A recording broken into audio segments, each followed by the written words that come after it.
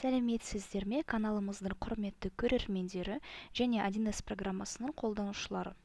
Бүгін біз 2025 жылы ГПХ келісім шарты бойынша есептеу тақырыбын қарастырамыз.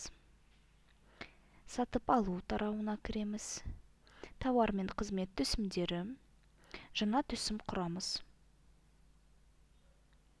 Енді негізінде құру, түсім кезінде салық есептеу. Менде ол дайын құрылып тұр, сол үшін мен байланысқан құжаттарға кіріп оны ашамын. Және есептеу дегенді басамын. Біздің сомамыз 100 000 теңге. Қазір біздің салықтарымыз саналып жатыр.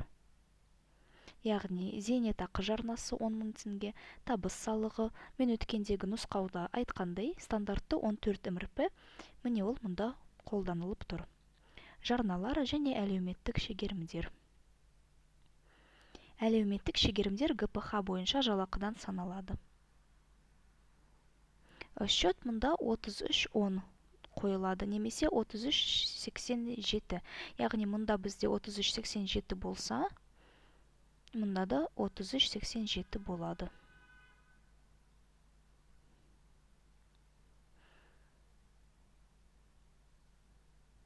Міне осындай жолмен біз есептеу жасаймыз.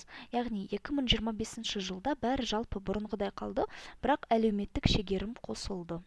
Ал егер сізде ескі релиз болса, сіз біздің 1С франчайзи фаворит компаниясына хабарлассаңыз болады. Осымен сабағымызды түйіндеп өтсек, енді 2025 жылы ГПХ келісім шарты бойынша 4 салық ұсталынады.